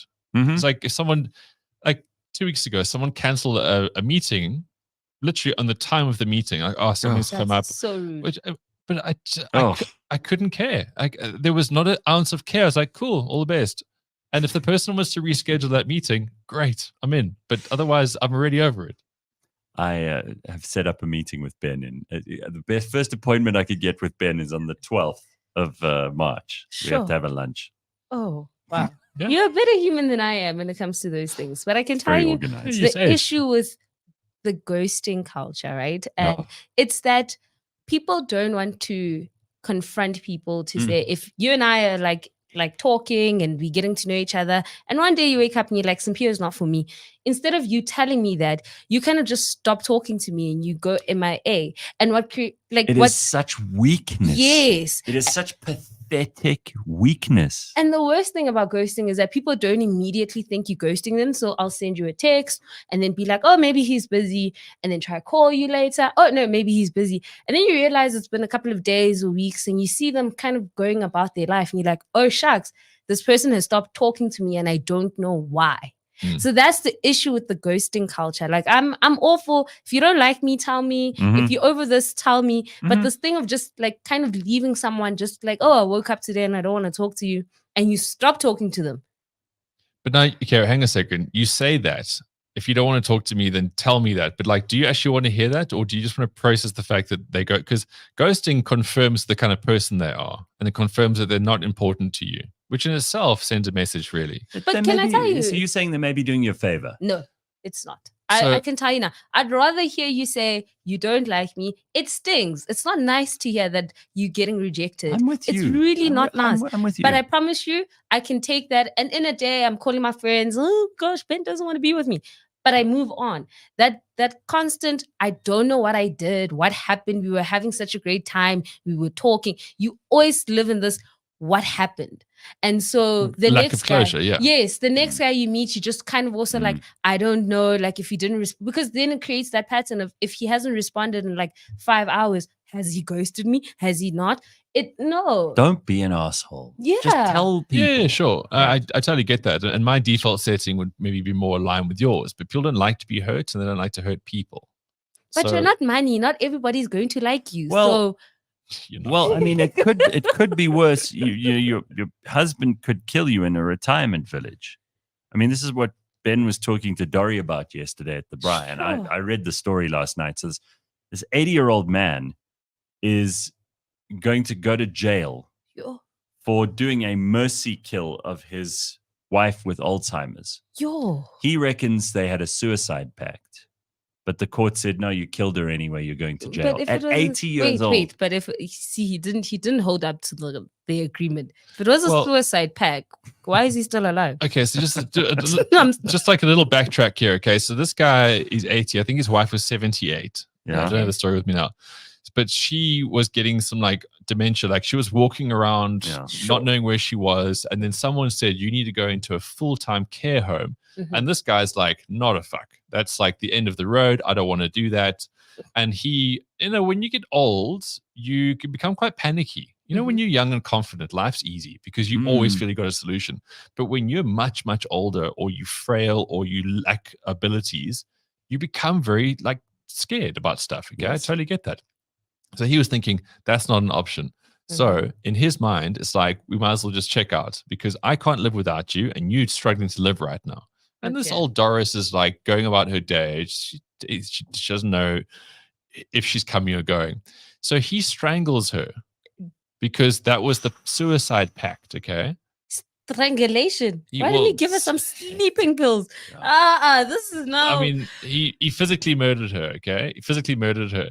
And then strong 80-year-old. And then strong 80-year-old hands. There's no mercy in this kill. No, they say that one of the ways you can tell someone's getting old, their grip diminishes. Absolutely. This guy had good grip for 80. But now, so you asked the question, why didn't he kill himself? I reckon he was just so fucking tired after that. He just wrung this woman's neck, okay, killed her. Big turkey. He then went into the bathroom to try hang himself or something. He was trying to do it, and he must have been naked. He was like, fuck, I can't do this. I should have thought this through. But if they both went for like... So anyway, what it comes back to is that he then calls the cops and whatever. It's like he turned himself in, basically. Okay. So he didn't just murder her and then sort of leave her there like leftover plates. It would have taken him a long time to get out in the Zimmer frame. He would have made it 2 houses away. But now this dude, he's in a bit of a spot of bother because now they've given him a 4-year jail sentence and the judge has already told him to start considering his future. He's 80. Yeah. He's about to go to prison, okay? His future. And what always happens is generally, and from my research, is that when an elderly couple like that, when the woman dies, the guy has zero interest to live, purpose, whatever, and he'll die shortly after. And vice versa. But now he's going to go to jail. Not necessarily vice versa, I'd say, because women are different. If the woman dies first, the man will want to die. Yeah. If they've been together their whole life. I mean, this happened to my great-grandparents. Yeah, it's a lot more prevalent. They died within a week of each other because the one couldn't live without the other. But if the man dies first, I think a lot of older women are more than capable. I think it might be an evolutionary thing because women have always lived longer than men. Mm-hmm. It might also be because women develop new networks of support and meaningful connection. Or it's because they killed them. Because they killed them. But also because old women are more self-reliant than old men. Yeah. Old men become very reliant on the people around them. And they get stuck in their ways, so to speak. Yeah, you're right. And there's something about an old man. It's like he either has to get remarried straight away or soon after, or he just deteriorates very fast. Yeah. Old women stay in the game a lot longer. I think it's like an identity thing with men. It's like you get so caught up in what you think is your identity. And for old men, having a wife is one of the things. Like people say, you don't want to grow old, right? Mm-hmm. Yeah. That's always a thing. Yeah.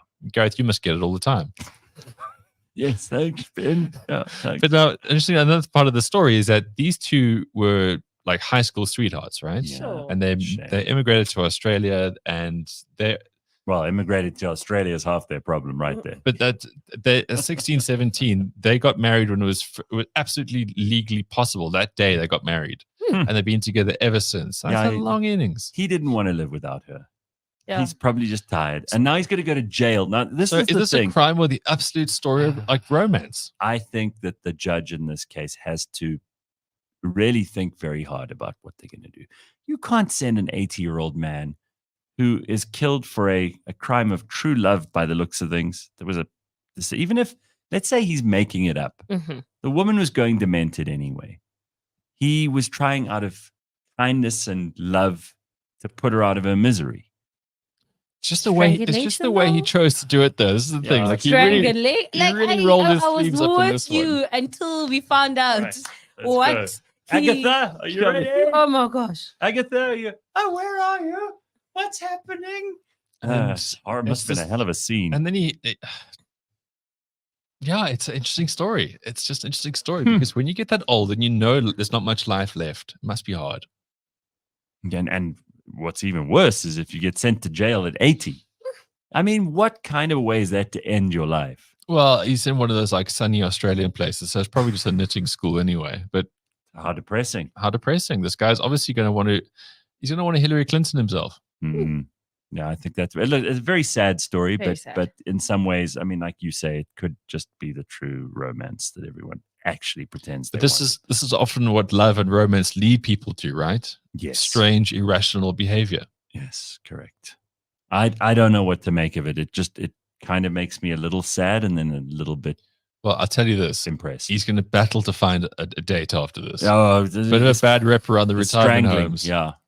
Sure. Well, someone says 80-year-old ass isn't worth anything in prison. That's Viasin. Nice. Go straight to that. Hey, Viasin. That's all you're thinking about this morning. Sure. Matthew says, dude deserves jail. I'm not so sure. Hey, I got to say, like, give the oak a chance. He's 80 years old. Yeah. Let him stay at home. He's probably wants to go anyway. All right. There's a new Bible translation called Gen Z, and it's interesting. Is it? I don't know. So I know both of you guys are not Christian, but I'm going to read just a short verse from this new Gen Z. It's okay. Ben won't turn into fire. Bible translation, and I'd like to get your thoughts on it. Okay, Go on. So this is in Luke 1 for those who do read the Bible. She's picked up her Bible. Yes, I did. Like, you know. And for those, this is the backstory. This is the verse where the angel comes to Mary and basically tells Mary that you shall. The Annunciation. Yeah. You know, of that you shall. First time the Bible's ever been read on my show, Ben. It's a big moment for us. Go on. Yeah. Go on, Simphiwe. So this is the Gen Z version. Mary was a pick-me girl for God and was simping for him in prayer when the angel Gabriel appeared to her and said, "Hey, yo, you're a real one, and the top G is feeling you." But she thought his compliment was sus and gave him the side eye. So he said, "Baby girl, chill. God sent me to tell you you've passed the vibe check, and low-key, he wants you to have the main character. You name him Jesus, and they will all say, he's him." She said, "How could this be since I promised him my body count will always be 0, respectfully?" He said, "This ain't about cuffing season, for the Holy Spirit will live rent-free in you, and your boy Jesus will be a divine bro. Beside, your cousin Elizabeth is with child, and she who's already older than a boomer and whose husband is way past beekeeping age." So Mary said, "Bet." Gabriel left her on red and let the Holy Spirit cook. Damn, that's actually really clever. Very well written. Yeah. I mean, I Your hate thoughts? it. I hate it, but it's very clever. So, I mean, my biggest problem with religion is people who take their own interpretation of it for their own popularity / gain. But I mean, that's entertaining. That's funny. And you reckon they've written like a whole Bible? Or No, it's the whole Bible. And really, that must have taken years. So it's the whole Bible, and that particular scene, they have not gotten anything incorrect. So like that particular translation I like is the whole what idea of happened. Yeah, I mean, it's just how it's related. Where I was like, I'm not sure if we should be saying the Holy Spirit cooked. Yeah, and she was simping for God. Or just like it sounds a bit disrespectful. It's funny, but why must everything be remixed? Something as the Bible is so important. So can it not just be seen in the light that it is? I am generally inclined to disrespect of anything that people regard as a sacred cow. So I can see the value in like doing, and AI probably did most of this. Yeah. So you said it took a long time, but you're thinking some human being had to be created. The dopamine chart. Someone didn't write with a pen. Some AI spat this thing out and did a pretty good job of making the Bible sound as dumb as most of the conversations that you'll find on TikTok. Yeah. Right. So cool. It's an interesting experiment to do. It shows you that you can still communicate big spiritual ideas to dumb people. Yeah. That's what it shows. So let's take it for what it's worth. And on that note, we can wish Ben luck for next week. He's on his way. Have a good week, Ben. Go and kill it at Fan Court. Well, guys, follow me on Instagram for updates, and I will be on the show to dial in. Okay. Excellent. Because I will be dialed in. Okay. I mean, like barring an early morning tea time, which I highly doubt. Focus. Because I'm going to be in the last group. Because I'm going to be in the lead. Group. Right. So you guys are going to come in last. Beautiful. I Yeah. mean, come in last to the final green. Yeah, I don't mean come in last score-wise. All right, guys. All right, All the best. Kill it. Thank All right, you. Ben. Thank you. There we go. So, Simphiwe, we normally would speak to this gentleman on a Tuesday. That's right, in African analysis, but we're thrilled to have him on. Specific data that you're pointing to, but I just want to address in a really sober way some of the JJ, data you got someone else talking to us. and widen the lens. I what the overall might have the BBC talking to you. Yeah. Is there a woman in your room, JJ? I think it was George Conway for a while, and then a woman. You know. How are you, sir? I'm an It's nice hour to see earlier than you. I'm an hour earlier than you here in Algiers. It's good to be here.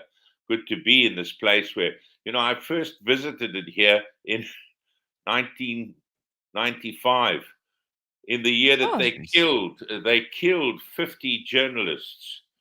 And you trust you to find the best holiday spots. Well, yes, I was being driven around. I had 2 bodyguards and a liaison man, and the liaison man couldn't have liaised his way out of a wet paper bag. And eventually I got so frustrated, I told him, essentially they would say, take this guy to the Ministry of Information. They'd be talking among themselves. And I'd say, I don't want to go to the Ministry of Information. I want to go to Defense.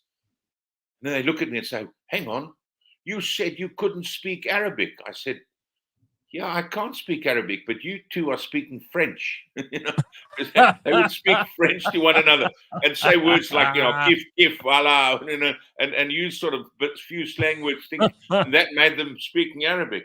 But anyway, when finally I bearded you say you're in Algiers, but actually it looks like the same background when we talk to you at your house some mornings. So, I mean, I can't really tell. It's dark there. We can't really see anything. You say you're earlier than us. So, in other words, 1 hour earlier.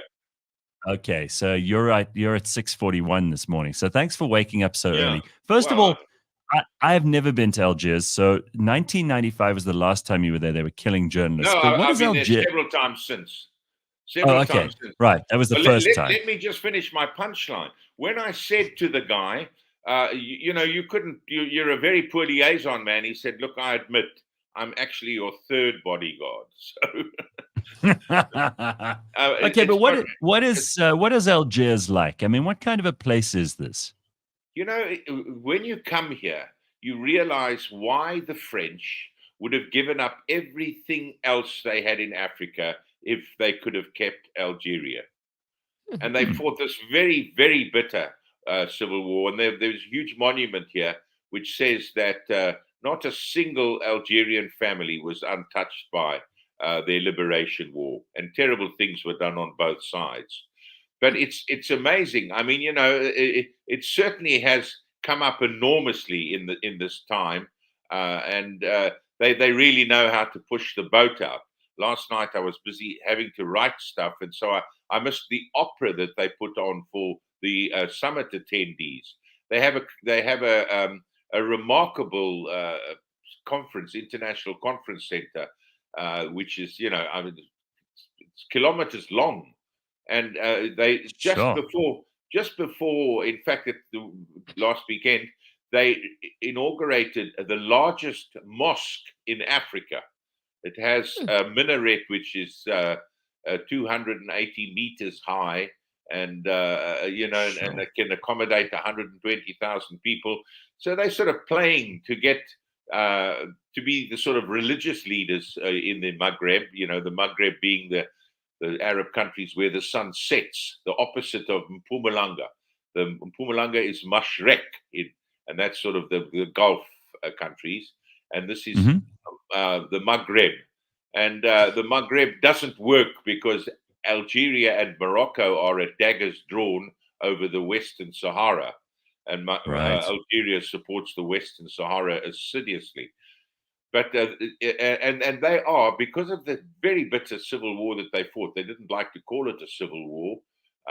They are the sort of African leaders in terms of security, and the many countries around the world bow to their knowledge on this. And I've attended security conferences, but the last time I was here, about 3-4 years back, was to receive an award from the president. So and it was the thing for stuff I'd done about Western Sahara. But I've been here, I think this is my 7th visit. And every time I come, it's easier. The first time, they used to drive me up to this hotel, a very historic hotel called the Saint Georges, and say, that's it. Literally lock the gates. You don't go anywhere tonight. And of course, one thing, I complained and said, you've invited me as a journalist. Why can't I just go and speak to people? And this woman said, well, a young man from Le Monde asked that same question a week ago and went walking in the market, and he had his throat cut. Jesus. So I stayed home. Okay, so all right, so JJ, first of all, you just be careful. Now, what are you doing there this time? Are you visiting friends? Are you catching up with your old bodyguard? I mean, what's going on here? Well, I'd love to regale you with tales of Algeria, but this is the summit of the gas exporting countries forum. And there are 19 members of that forum. And these are this is the sort of OPEC of gas.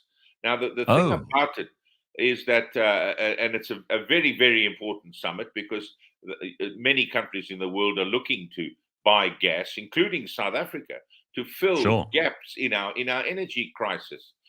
8 of the 19 members are African, and our neighboring Mozambique is one of those. And I'm trying desperately to get to see the Mozambique energy minister, to know, because their gas exploitation in Cabo Delgado, which, as you know, is having some trouble, and was having some trouble, things have lightened up. And Total Energy, the French company, is the country that is exploiting that gas.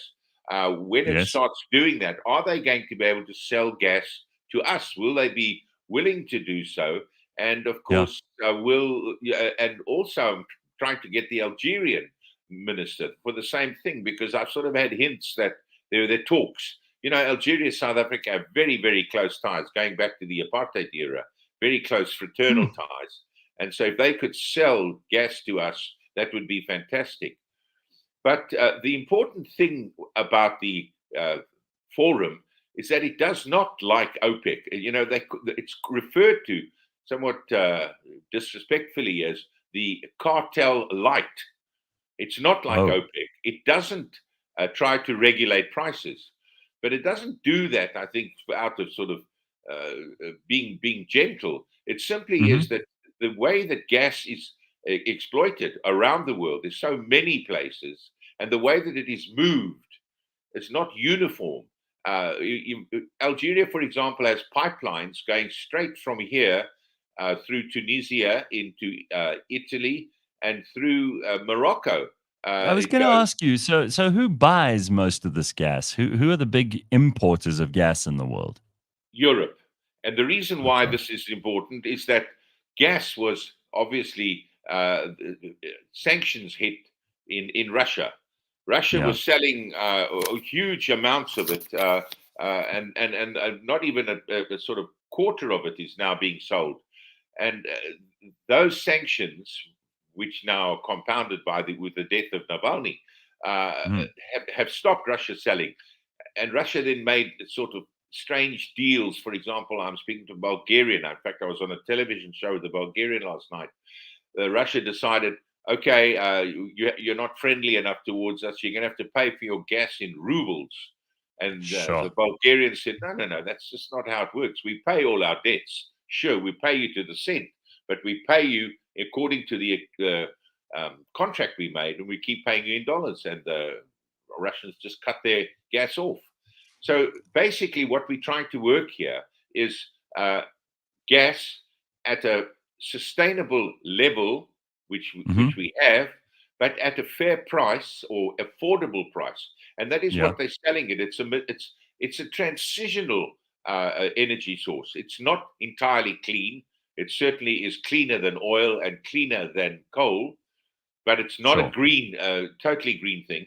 So for a period of time, and because, to go green, we know, I mean, you and I both absolute greenies, know 100%. It's going to take decades before we get completely clean. And we're going to need alternatives, cleaner alternative sources. And that's what gas is hopefully going to be. So they're going to try and get more, work together. They meet, this organization has existed for 14 years. Its headquarters are in Qatar. And JJ, yes. Sorry to interrupt you. Is there anything in South Africa in this for South Africa? I mean, you're obviously being invited from South Africa, but that's because they know that you're a journalist and you will spread some of the word here about what's hopefully going to be achieved. But what is South Africa going to do? Are we even represented there? No, we don't have representatives here. And the point is, Gareth, when they told me about this, when they invited me, I said, oh, gosh, this sounds really, the OPEC of gas sounds terribly interesting. But have you read one word about this forum? And you're the first person I've spoken to about it. Well, there you go. And yesterday, again, I was on a show with an Algerian journalist based in France, and he said, and I mentioned that. He said, me too. Here in France, I haven't heard a thing about it. In Britain, watching the British media, not a bit. The thing is, the gas exports, you see, basically they go by pipeline. The cheapest way is by pipeline. But most of them are exported as liquid natural gas, LNG, and that is exported by ship and in containers. And that is, it's more expensive to make it into liquid or to turn it into liquid, and it's more expensive to transport it that way. And so, they've got to find ways of making this affordable. So sustainable, environmentally friendly and affordable, that's what they're working on. But in answer to your question, yes, in his budget last week, President Cyril Ramaphosa, I know you might have nodded off during that at some point. I didn't. I'm sorry I did, yeah. But he did mention alternative sources of energy. And, for those of you who have your lights turned out for 8 hours a day, you would know that is exactly what we need, alternative sources of energy. And hopefully that is going to start, we're going to start being able to buy that probably from our neighbor in Mozambique and hopefully from others, Algeria being one of them. They've made up, the largest exporter of liquid natural gas is now the United States. In 2016, they supplied 1% internationally. By last year, they became the largest, supplying about a quarter of the gas around the world. But now Joe Biden is saying, well, we're not sure about how environmentally friendly it is. Yes, we'll keep selling this to our closest friends, but maybe we're not going to be the biggest exporter anymore. So, there's those sort of things. Of course, the United States is not a member of this forum, neither is Australia. And many people would then dismiss it as that. But then, Gareth, the truth is, United States is not a member of OPEC either. So this east-west, north-south divide comes into play very, very heavily here. And JJ, somebody in the comments wants to know, MM says, are there direct flights to Algeria? How do you even get there from South Africa? I was on a direct flight. It takes 9 hours. And many of my fellow Africans and staying at the Hyatt, at the Marriott with me here, we're also on direct flights. And that's in the last couple of months. Not many people are doing that. I've been on a direct flight before. It was a private company, and that didn't last. But Air Algérie has now got these direct flights. Just an interesting point, when I mentioned the United States, I think they're pretty glad that they're not here at this meeting, because one of the members and the president of Iran is going to be speaking at the summit tomorrow. So and the Russians are here too. I don't think Putin is going to make it because I think isn't he going to Navalny's funeral? Maybe not. Maybe not. I don't think so. Maybe not. But anyway, it's so there's quite a plethora of people here, and as I say, the but it's international conferences, which well, I find very frustrating. We heard you were in an interesting place and you were doing cool things, and you've now educated us on gas, which I honestly did not know anything about. I didn't know about the summit either. So I'm very pleased we got to speak to you today. Thank you, JJ. Nice to have you on. My great pleasure. And I look forward to speaking to you and telling you about things wider African next time. Well, yeah, please don't get into trouble with the authorities there and ask to go to the Department of Defense or any of that nonsense while you're there, all right? Please look after yourself. Thank you, JJ. Shall. All the best. Nice to see you. There's JJ Cornish. He's in Algiers. He's talking about gas this morning. We've been gassing it up all morning too. Yes, we have. So we've had an excellent time, and thank you for being a part of that. I just want to finish off with this one quick story, which I think you might find entertaining.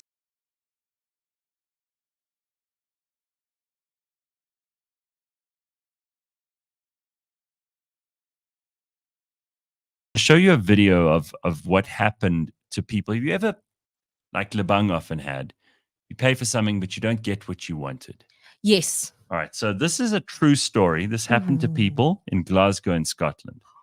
Families looking forward to an immersive event called Willy's Chocolate Experience. Oh, Willy Wonka. Yeah, but it sounds dodgy if it's Willy's Chocolate Experience. Anyway, we're met with what they described as an empty warehouse filled with lackluster decorations and few, if any, of the promised treats. Instead, the parents and kids were given half a cup of lemonade, and 2 jelly beans each. Hardly the world of pure imagination that they signed up for. There were 20 chairs, only a couple of tables, and a half-inflated bouncy castle. Stuart Sinclair, a father of 3, brought his kids to the event, told the New York Times it was very disappointing. Photos of the gathering, which featured sparse decor, frightening new characters, and a disheartened-looking Oompa Loompa have captivated people on social media. So if you didn't see any of this, just have a look at this quickly and tell me if you'd be thrilled at the Willy Wonka experience. Imagine being advertised this, paying $40 for entry, and then seeing this. That's what happened in Willy's Chocolate Experience immersive event in Glasgow, Scotland, inspired by but not affiliated with the Wonka franchise. The event organizers apparently used artificial intelligence to generate promotional images that suggested a very high-quality attraction. However, parents were horrified when they showed up to this, a mostly empty warehouse with scattered tapestries and decorations. The best way to describe this is something that you would see at a birthday party, rather than a big extravaganza, one participant noted. It's being called the Fire Fest of immersive events. Police were even called to the scene, and parents said that their children were in tears. We were told to hand a couple of kids jelly beans and a quarter cup of lemonade at the end, one employee said. After an immediate and angry response from early arrivals who demanded their money back, the event was shut down midday. However, the organizers failed to inform later attendees, some of who had traveled long distances and are now demanding their train costs be refunded too. Organizers House of Illuminati apologized for the, quote, stressful and frustrating day and confirmed that full refunds would be given to customers, which could take up to 10 days. How would you feel if you paid $40 for this event? Jesus, $40. Okay, so first of all, the House of Illuminati who put this together. That just sounds like some bullshit right there. $40 is 800 rand a ticket. For that? For that shit that you just saw. For that? They're right. It is the Fire Fest of immersive events. Like, it is absolutely a ripoff. Like, wait, what? And they thought they would get away with this? Like, the pictures are so gorgeous. I'm like, oh, yes. I'd even want to see this. I'd want to be part of this. And then just So do not fall for any of that rubbish this weekend, all right? Make sure that whatever you're going to and you've paid a ticket price for, you get what you pay for. That is horrific. And just a nice little warning ahead of people trying to fleece you of your money this weekend. Fire Fest of immersive events. I love it. All right, Simphiwe, that's it from us. We will see you on Monday, everybody. Have an awesome weekend.